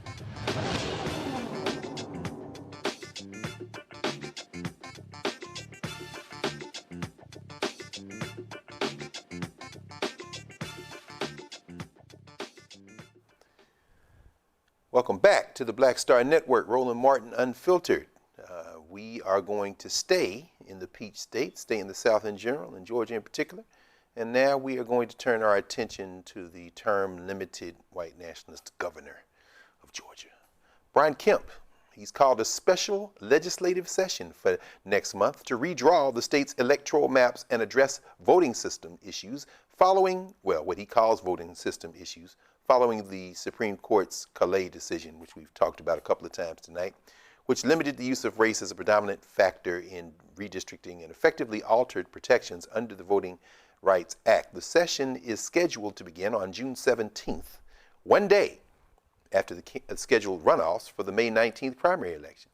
Kemp says any new maps will not affect the 2026 elections, but will be implemented for the 2028 election cycle. We are very privileged and happy to be joined this evening by Georgia Congresswoman Nikema Williams to discuss this. Congresswoman Williams, welcome back to the Black Star Network and Roland Martin Unfiltered. How are you doing? I want to say good, but you know, with all of the stuff going on down here, I want to tell you the truth because it ain't good right now. I'm here and I'm glad to be in community with you. No question. Ain't nobody mad, Congresswoman Williams. Listen, with all of the ancestors running through your spirit, I don't think they're ready for what you got. Right, I got to come and speak the truth tonight. No question. And I see up over your left shoulder that collector's edition of the Montgomery story, that comic book. It took me forever to get that Martin Luther King comic book. So I know you got all hands on deck over there over your shoulder. Hands on deck. Like it's a lot of support in this little office right here. So they don't know who they're coming for when they come for me. They absolutely do not. Help us understand what's going on there in Georgia and how this is playing against this larger national map, as the Republicans seem hell-bent and intent on trying to stop us from voting, or at least shepherding in this into the places they want us to be. Walk us through what's going on in Georgia right now, if you don't mind, Congresswoman. So, I mean, I think it starts with looking at the big picture here and everything that people are going through. What folks have not asked for are new voting maps. People have asked for lower gas prices, more affordable housing. They've asked for their healthcare costs to be lowered. Nobody has been out here saying, can I get some of them new maps that y'all been passing around? None of that is happening. But you see, they're not giving the people what they need and what they want, but all of a sudden we didn't have time. The session ended, the regular session ended, and they couldn't get any of the work done on behalf of Georgians to get affordability under control. But all of a sudden, when Donald Trump's Supreme Court says that, you know, it's open season on fair representation, then they're like Elmer Fudd, and it is time to go on getting some new maps and pushing forward with warp speed for racism. And that is what we're seeing right now. Because, and if you think back to Texas, they told the people of Texas that your maps, you know, they might not be constitutional, these new maps and the redistricting, but we can't do anything about it because it's too close to an election. Voting hadn't started, nothing, but we can't change the lines because it's too close to the election. But now here we are, and you look at Louisiana, they literally just said, oh, forget it, that your election was scheduled for May 16th. We just going to delay it and keep things moving to get you new lines. Same thing in Alabama, whose election for congressional seats was supposed to be tomorrow, along with Georgia. They said, oh, nope, you know what? We're just going to put a pause on that because racism trumps fair representation all day, every day when it comes to the Supreme Court and these southern states. So then we're seeing the same thing play out here in Georgia, but they, you know, took it a little step further to make sure that they were trying to play the game and said, well, these maps are going to go into place for 2028.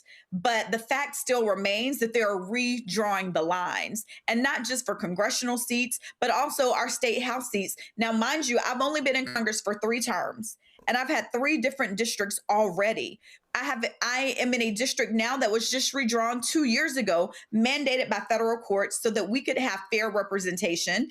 And now here we go again, because I guess they don't care what those federal courts said just 2 years ago. So right now, a lot of people are talking about this as a Southern issue because it is playing out more prominently here in the South, and talking about it as a Black issue because Black representation is what's under attack. But when it comes down to it, even if you don't care about how many Black people are in Congress, if you care about a Democratic majority, if you care about lowering costs, if you care about reproductive freedom, if you care about affordability across the board, then you care about what is happening here in the Deep South and across the country with Black representation, because it impacts all of that. So I have been fortunate to have so many colleagues that have been stepping up outside of my CBC colleagues to make sure that they are standing with us. I serve in this seat right here in Atlanta that was held by the late Congressman John Lewis. And so I channel his energy and I channel everything that he did to open up the door for me to even serve here. And what we know is that it wasn't until the cameras put a spotlight on what was happening in Selma, in Montgomery, and in the South.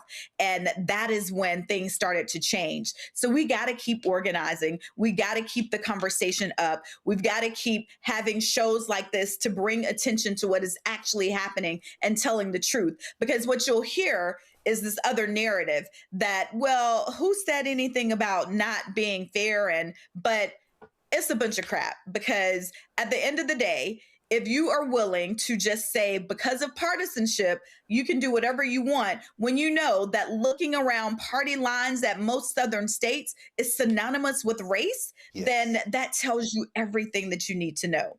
When you are willing to say that Alabama should not have not even one Black member when 33% of the state's population is Black, then that tells you everything that you need to know. So I'm a country girl. I grew up in rural Alabama, and I think they're going to get into this posture here in Georgia where we had a saying that pigs get fat and hogs get slaughtered, and they're going to mess around, and we're going to have some competitive seats here in Georgia, and we're going to pick up some seats that they weren't ready to fight for, because I stay ready and I'm ready to fight. I know that's right. Listen, I'm glad you shouted out Alabama. Shout out to Talladega, by the way. I know that's in your heart. My mama's from Opelika, right there across there from Columbus, where you know very well. Columbus, Georgia. That's what I'm saying. I already know. That's what I'm saying. So, I mean, in fact, I hope we can speak a moment here, because there's been a lot of conversation about the United States Congress and the Senate races. But you, of course, as a former member of the state legislature, you've already laid out why it's important at the state and local level for people to get out and vote. Now, I saw some comments by your former colleague, Harold Jones, saying this is going to hurt all the people, the working class people, the billionaires are going to press down. Right. And another of your former colleagues, Carolyn Hughley out of Columbus, said, okay, since we're going to have a special session, and we saw what happened in Tennessee, with the Justins. We saw what happened in Louisiana as people were testifying. Why is it important when they call this special session for people to show up and enter the record? And can that help us in terms of really trying to galvanize us and energize us at these hearings that will be held? Oh, absolutely, because they think they're slick about all of this stuff, and they think they're going to be able to do it in the dark. They're going to try and rush this session through. So we're going to need to keep it on repeat that this special session starts on June 17th at 2 p.m. Be at the state capitol to make your voices heard. And I know that they're going to try and intimidate people and try to get you to stay quiet. I was arrested in the state capitol while I was serving as a state senator. I remember. Because I was standing with constituents that wanted to be heard. So we know the intimidation tactics, but this is our modern day civil rights movement. So it is our time to step up and find a way to get in the way. So when you show up, you got to pack out the committee rooms to make sure that they know that we're not just sitting here and allowing this to happen silently, quietly. We have to bring attention to what is happening in these rooms that they think they're going to do behind closed doors. And imagine this, they've called a 3-day special session. It starts on June 17th. They'll go June 18th, and June 19th is when they're proposing that they're going to pass these maps. They are going to diminish Black representation in the cradle of the civil rights movement right here in Georgia, the district that was represented by John Lewis, the birthplace of Dr. King. They're going to do this on Juneteenth. Imagine that. That's how much we mean to them. That's how much Black representation means to them. And we cannot be silent while it happens. No question. Well, I agree with your colleague, Hakeem Jeffries, on this. The idea that, as you said, y'all think y'all gerrymandering, but y'all about to mess around and create a dummy mander if we get out there and vote our numbers. That's right. That's a beautiful thing. In fact, we just got to get out there and make it happen. Dr. Omokongo Dibinga, any questions for Congresswoman Nikema Williams? First of all, Representative Williams, we're just so happy that you are there carrying on the legacy of Representative Lewis in all of your fire and spirit and energy.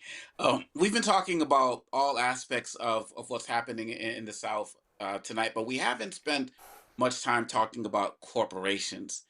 What are you hearing as it relates to corporate responses? I mean, we saw with Georgia a few years ago and they're moving the All-Star game and things like that. Are you hearing any support from anybody in the corporate spaces as it relates to support for protecting voting rights? So, it's been eerily quiet And we're going to get through this primary tomorrow. And once we start seeing what these maps are going to look like, we need corporations to stand with us. Atlanta has had a history of people stepping up and making their voices heard. And we've had a history of corporations here, especially our homegrown companies that have stood up for civil rights and stood up for voting rights. And so as we get through this primary tomorrow and the special session is looming, then we are going to be calling on people to stand with us, because this is about fairness. This is about democracy. This is about fair representation. It's not about Democrats or Republicans as our president and as our governor would like for you to think. That's not what this is about. This is about fair representation, and we need every company that counts on Black dollars and Black businesses to stand with Black voices and Black voters. Indeed. Thank you, Dr. Okongo. Thelma Anderson, questions, comments for Sister Nikema Williams. Yes. Hi. Good evening, Representative Williams. First of all, I want to say thank you for good trouble. Thank you for always getting in good trouble for the betterment of us.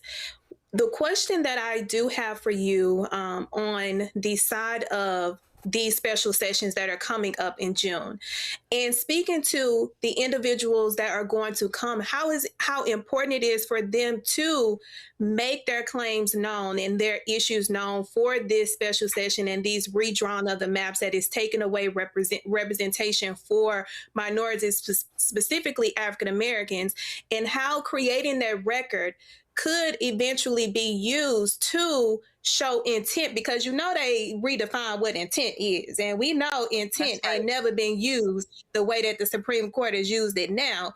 So can you speak to individuals who are coming on why it's important for them to use their voice to let these individuals know that this is not okay?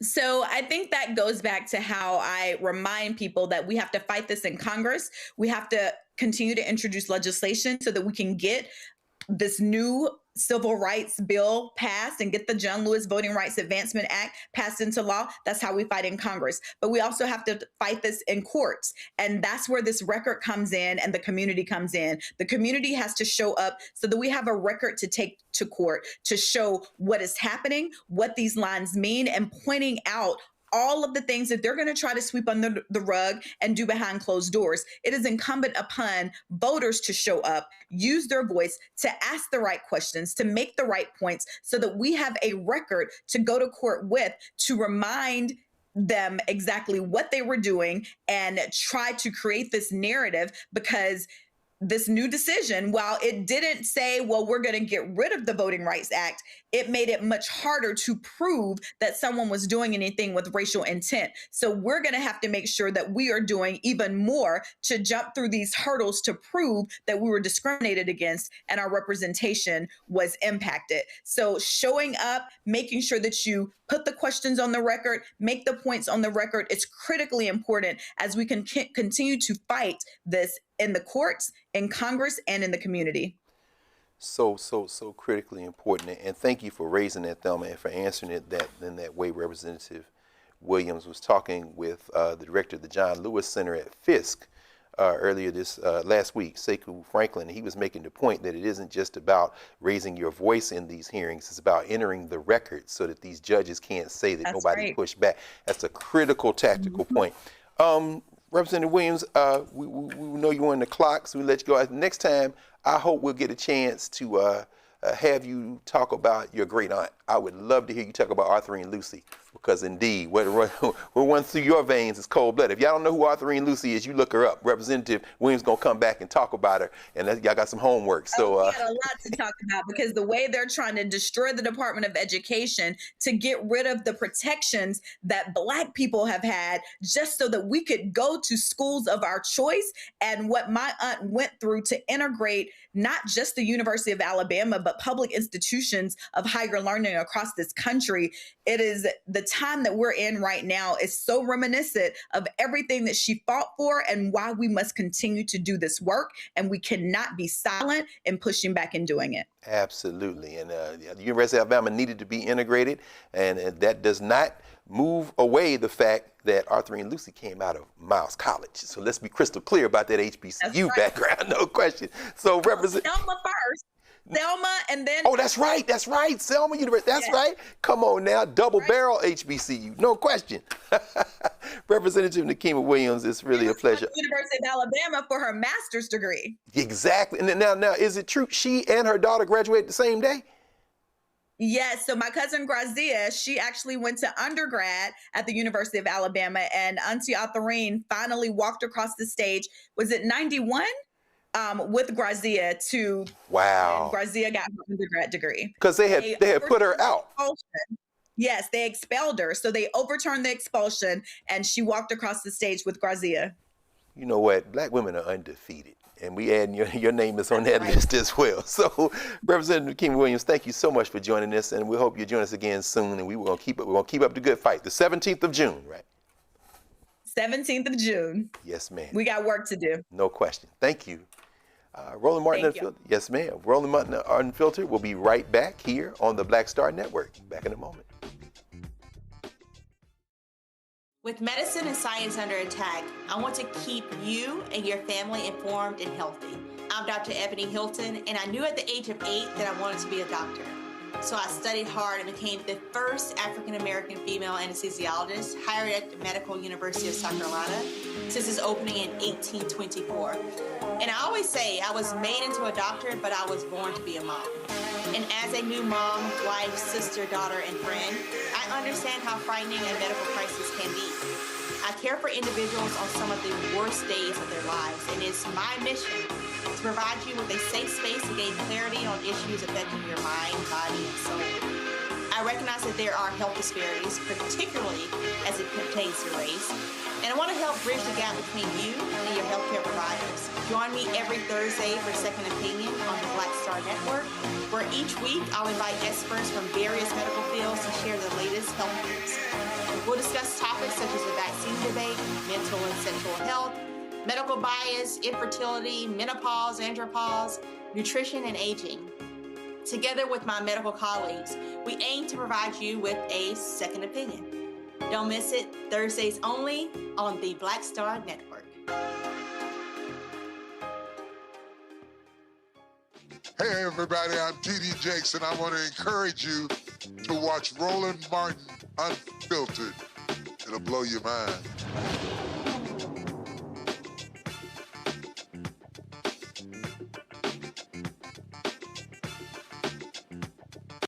For headlines with Brittany Noble.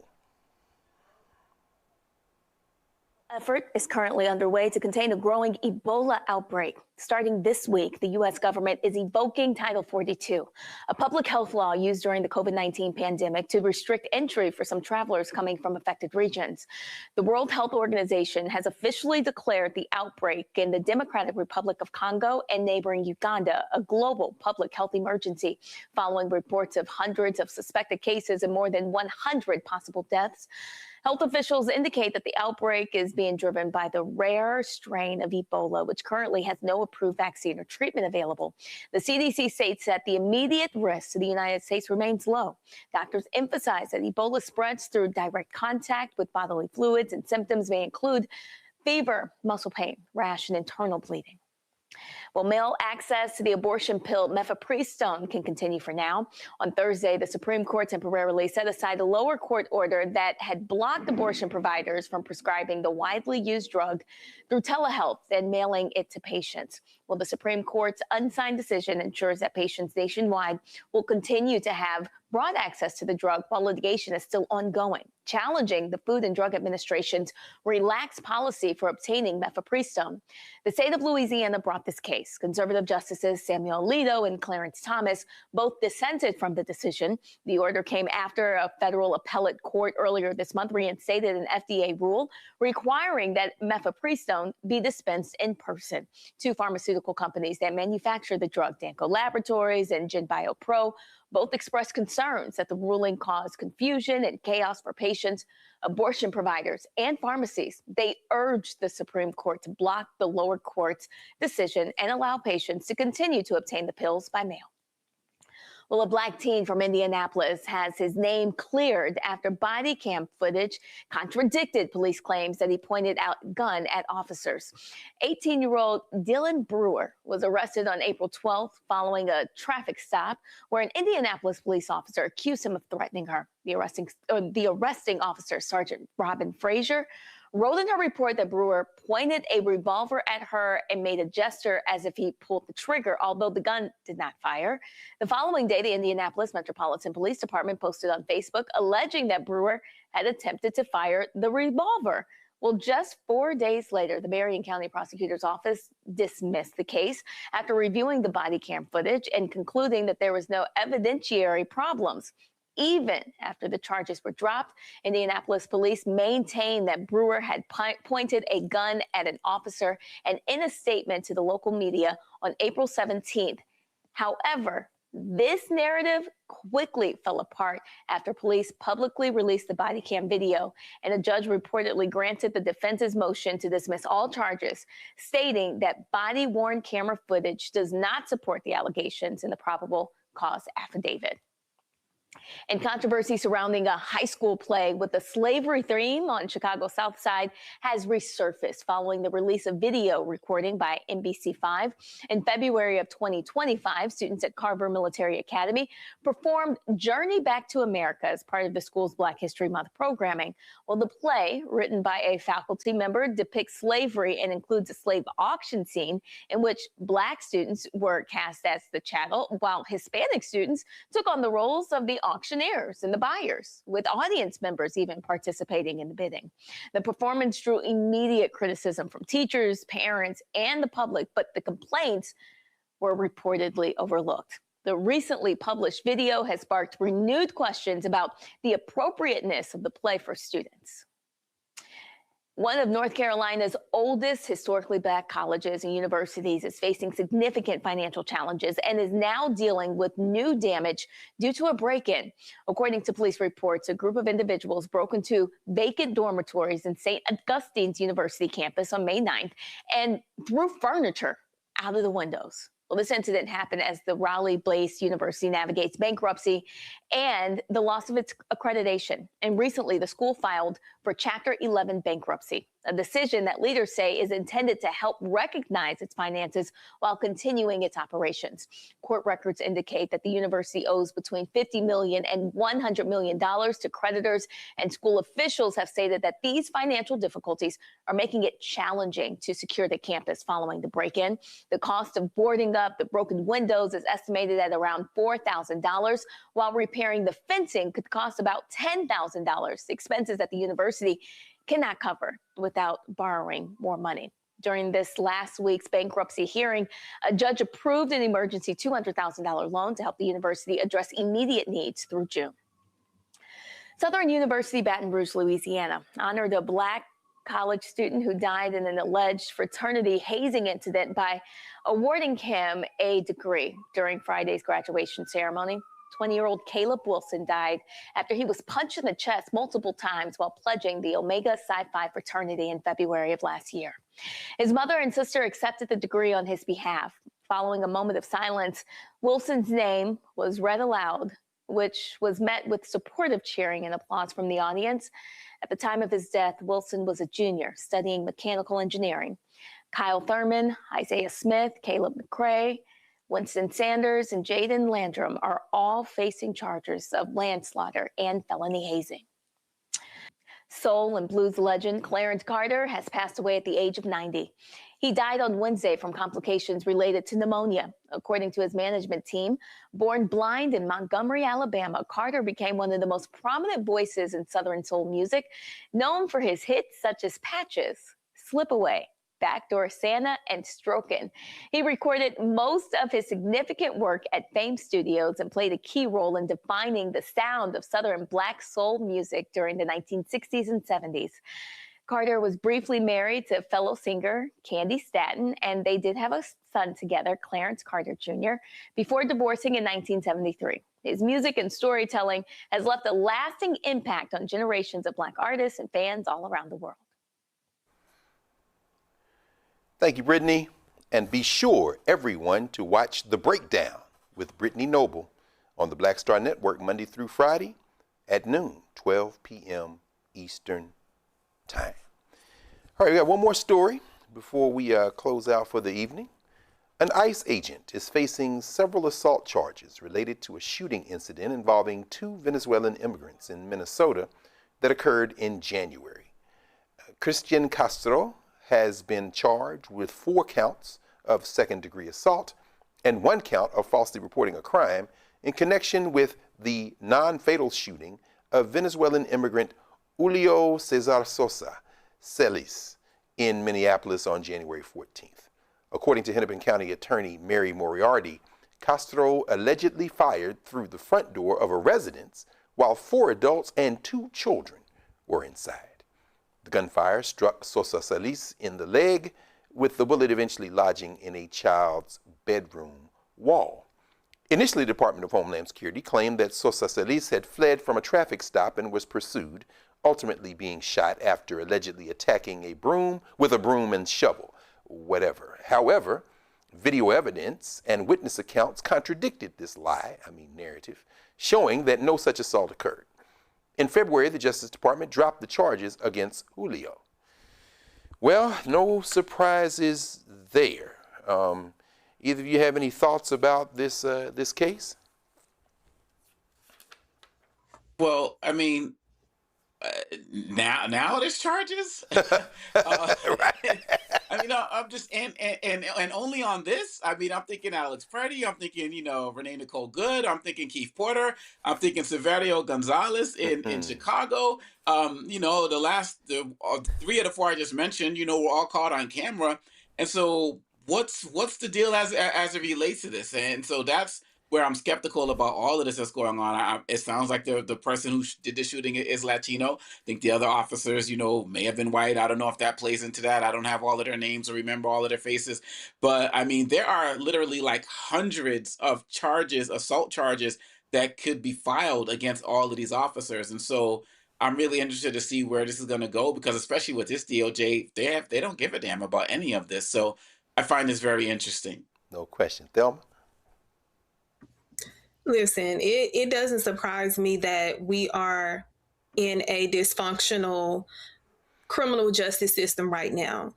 To have an individual who lies, fabricates evidence, and you don't think that that's enough on that issue to bring charges, and months later, now charges are being brought.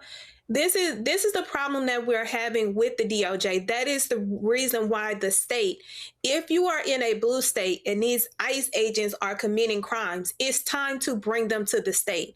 Stop relying on the department, the DOJ, to bring charges, because they've already said that these people are above the law. So when these individuals are coming into the states, it's time for these district attorneys, these attorney generals, to put belt to ass on these individuals and bring charges for them causing the loss of life. Like, this is ridiculous. Like, these people have free reins to go around and terrorize and kill Americans. Yes. Belt to ass. That is exactly right. Come on now. This is we get warrior attorneys. Now, I'm sure we're in graduation season. Of course, we're in the corridor now. I think on McCongo, y'all got out first of the month, right? Y'all kind of early with your graduation. And May 7th was the day, the move out day. So move out day, yeah, y'all got out. So I mean, between now and probably this time next month, when the high school seniors get their degrees, it's just been wonderful. I've seen some great commencement speeches over the arc of the last couple of weeks. Delroy Lindo at Fisk really just brought tears to my eyes when they gave him that honorary degree and he spoke. Saw MC Light at Bennett College this past weekend. Chris Paul, as he said, at Morehouse. Work Done spoke at Morris Brown College. Morris Brown, strong, they had theirs. Debbie Allen today at Clark Atlanta. And Spelman yesterday, Simone Sanders Towson. Shout out to Ashe Kelsey, who graduated along with I think a record number there at Spelman. Either of you have any good graduation wishes? You got friends, families walking across stages in this season that you want to raise up and lift? Well, my daughter's graduating from high school, on June 4th. Oh, there we go. Has she picked where she's going after that? She's off to her first choice at University of Chicago. Oh, wow. U of C. I hear you. All right. Out there, over there on the Great White Way over there on the south side. That's what we're talking about. Yes, sir. Yes, sir. Thelma, anybody around you, friends, family, any folks you want to? Well, I don't have any friends or family that have graduated, but I do want to send a special shout out to all HBCU graduates, especially South Carolina State University, for holding it down for our ancestors and showing up and making their voices heard and known, to where now they were able to have their choice of speaker and not the wrong choice coming to bless them into their new life as graduates. But congratulations to all HBCU graduates, and get ready. We're going to need you come November. No question. That is a beautiful way for us to pause for the evening. Because you're right. Shout out to Bulldog Nation. They did that thing. There's no question about it. They weren't going to let nobody stand up and talk over them that they didn't want talking over them. Morehouse School of Medicine protested too. They had a white nationalist congressman speak, but he got an MD from Morehouse School of Medicine because he at least had the good sense to do that. But that's all right, MSM. We hold with your students. We know y'all didn't like it. And it's over now, and we're going to try to vote him out anyway, so that won't happen again. So, well, thanks, everybody, and always thanks to all the crew in the booth, because you all make this happen. We couldn't do it without you. Remember to support the Black Star Network and Roland Martin Unfiltered, and there you see on the screen all the ways you can do it. All the young people, you can just get that QR code, and all the folks like me who mail stuff, you got the address as well. We talked about it earlier. So we will be back tomorrow, more footage from what happened in Alabama, and the conversation will continue. In Roland Martin's words, holla.